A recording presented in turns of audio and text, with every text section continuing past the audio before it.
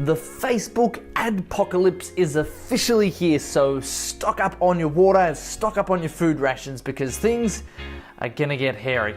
I'm Steve from Mills Motion, and today I'm gonna take a look at the recent announcement from Mark Zuckerberg as to the changes taking place on Facebook in the year ahead. So I really want to cover this morning because I've seen a lot of people talking about the announcement, but I think most people are misunderstanding exactly what's going on. I've seen a lot of people saying, oh, it's okay, I create valuable content, so I'm going to be okay. I don't really care about the changes. And I've seen a lot of marketers putting on a brave face, being like, yeah, everything's fine. Great marketers are gonna do really great.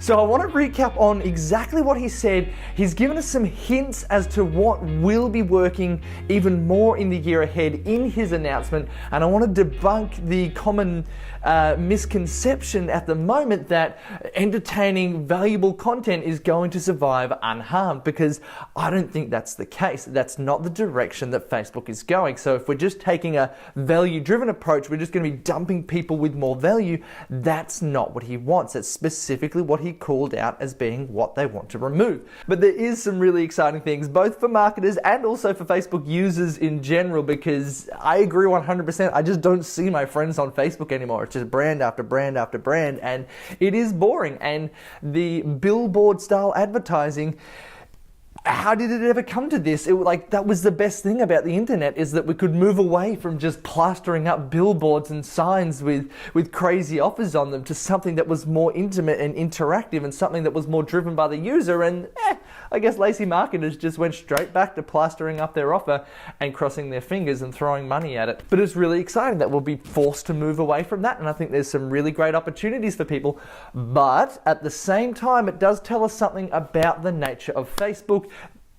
The Facebook treadmill. I'll explore this a little bit more towards the end of the video, which I'm a big fan of Facebook. There's some really great things that we can do with it. It gets in front of our audiences in an intimate way, but we do need to understand that the direction that it's going, I think those who use it will find themselves on a Facebook treadmill, and therefore there may be some other options that are better for us. But anyway, I'm going to explore that in a moment. Let's jump into exactly what Zuckerberg said. I'm going to read that out for you. So, in his announcement, let's go. I'm just going to read straight through this. I'm going to read through the whole thing, and then I'm going to recap on the main points. One of our big focus areas for 2018 is making sure the time we all spend on Facebook is time well spent. We built Facebook to help people stay connected and bring us closer together with the people that matter to us. That's why we've always put friends and family at the core of the experience. Research shows that strengthening our relationships improves our well-being and happiness. But recently, we've gotten feedback from our community that public content, posts from businesses, brands, and media, is crowding out the personal moments that lead us to connect more with each other. It's easy to understand how we got here. Video and other public content have exploded on Facebook in the past couple of years. Since there's more public content than posts from your friends and family, the balance of what's in newsfeed has shifted away from the most important thing Facebook can do: help us connect with each other. We feel a responsibility to make sure our services aren't just fun to use, but also good for people's well-being. Right. Anyway, so we've studied this trend carefully by looking at the academic research and doing our own research with leading experts at universities. The research shows that when we use social media to connect with people we care about, it can be good for our well-being. We can feel more connected and less lonely, and that correlates with long-term measures of happiness and health. On the other hand, passively reading articles or watching videos, even if they're entertaining or informative, may not be as good. Based on this, we're making a major change to how we build Facebook. I'm changing the goal I give our product teams from focusing on helping you find relevant content to helping you have more meaningful social interactions. We started making changes in this direction last year, but it will take months for this new focus to make its way through all our products. The first changes you'll see will be in Newsfeed, where you can expect to see more from your friends, family, and groups. As we roll this out, you'll see less public content like posts from businesses, brands, and media, and the public content you see will be held to the same standard. It should encourage meaningful interactions between people. For example, there may be tight-knit communities around TV shows, sports teams. We've already seen people interact way more around live videos than regular ones. Some news helps start conversations on important issues, but too often today watching video, reading news, or getting a page update is just a passive experience. Now, I want to be clear, by making these changes, I expect time people spend on Facebook and some measures of engagement will go down, but I also expect the time you do spend on Facebook will be more valuable. And if we do the right thing, I believe that will be good for our community and our business over the long term too. At its best, Facebook has always been about personal connections by focusing on bringing people closer together, whether it's with family, friends, or around important moments in the world. We can help make sure that Facebook is time well spent. So, point number one that we can take from this, Zuckerberg doesn't really care about humans. No, I'm kidding, kind of. It's a business decision for Facebook, and fair enough, they're trying to create a platform that is sustainable into the long term. Yes, most of the world is on Facebook, but we do know that unless platforms give people a reason to be there, people won't be there. And Facebook had been going down that path by opening up way too much space on the newsfeed for businesses to put their advertising, and thus people were just finding less and less interest in the Facebook newsfeed.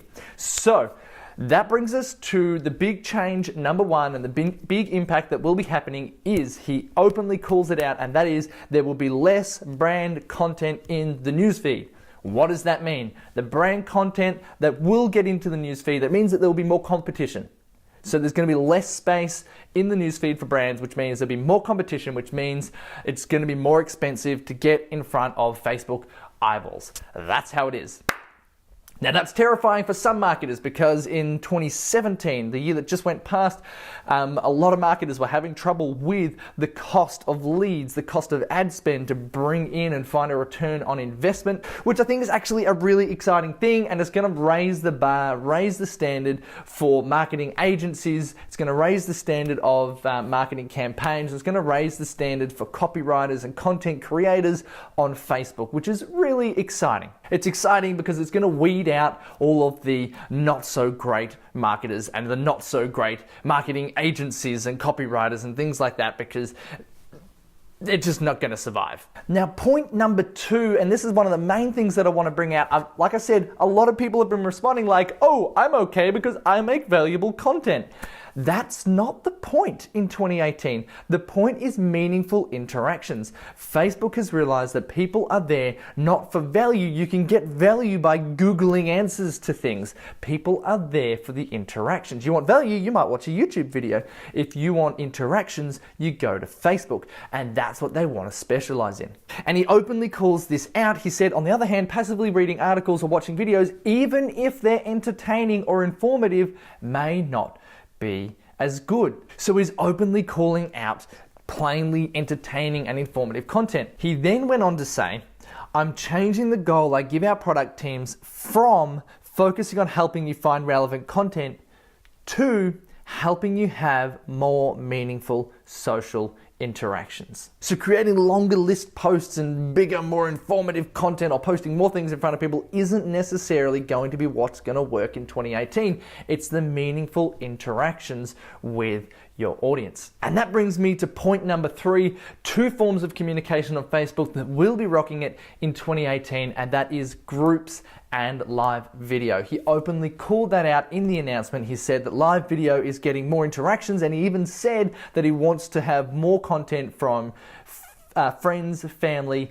and groups. So as you can see, it is a big shift from the spraying it billboard style approach to advertising and communicating on Facebook, but it's also really exciting. It's exciting for brands that are able to and that want to have meaningful interactions on Facebook. However, it does mean that brands are going to need to put more time, more money, and more resources into the work that they do on Facebook, into the advertising that they do on Facebook, because a key component of it is the meaningful interaction. So just posting something and paying for it to get in front of people, that's not going to be as effective in 2018. You need to be continually working at it, continually interacting. And I've seen this trend already throughout 2017, and I call it the Facebook treadmill.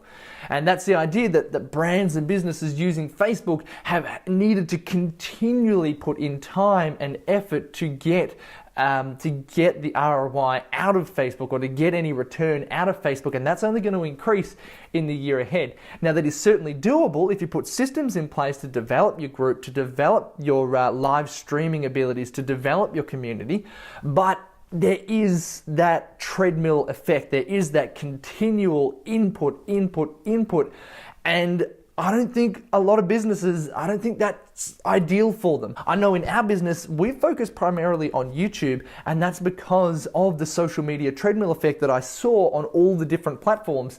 Whereas YouTube, on the other hand, is one part social platform and one part search engine.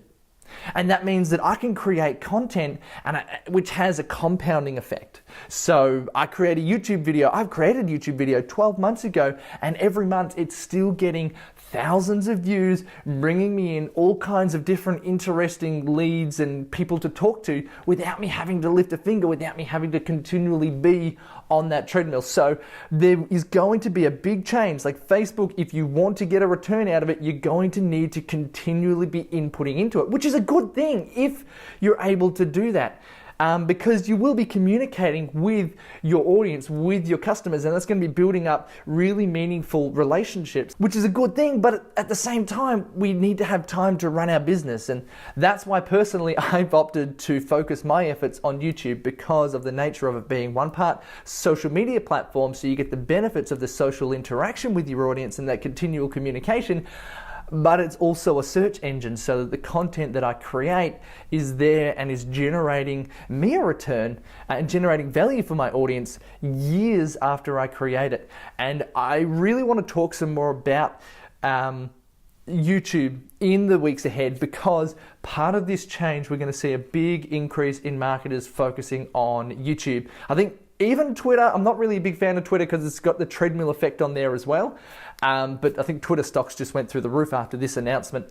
But I do think that YouTube is going to be hot in 2018. Both YouTube ads, pre-roll ads on YouTube, and the sidebar ads, as well as the development of YouTube channels. Both those topics are going to be hot in the year ahead because of the nature of the social media treadmill, the Facebook treadmill, and that's the direction that Zuckerberg is taking Facebook, which again, it's great for some, it's not so great for others. There's going to be an increasing difference between the two approaches to marketing. So there you have it. That's my Facebook Adpocalypse survival guide. As you can see, it's an exciting time. It's an exciting time for Facebook. I really think that it's going to make it a more enjoyable platform for its users, and it's going to make it a much more interesting platform for brands as well. I think the brands are going to get more value. The ones that do put in the effort, they will get a different kind of value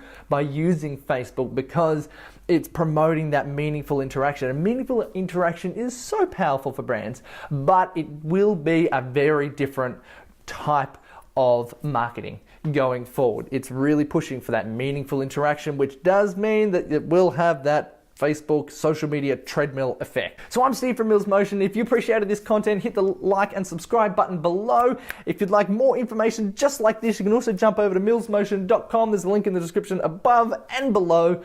I'll talk again real soon.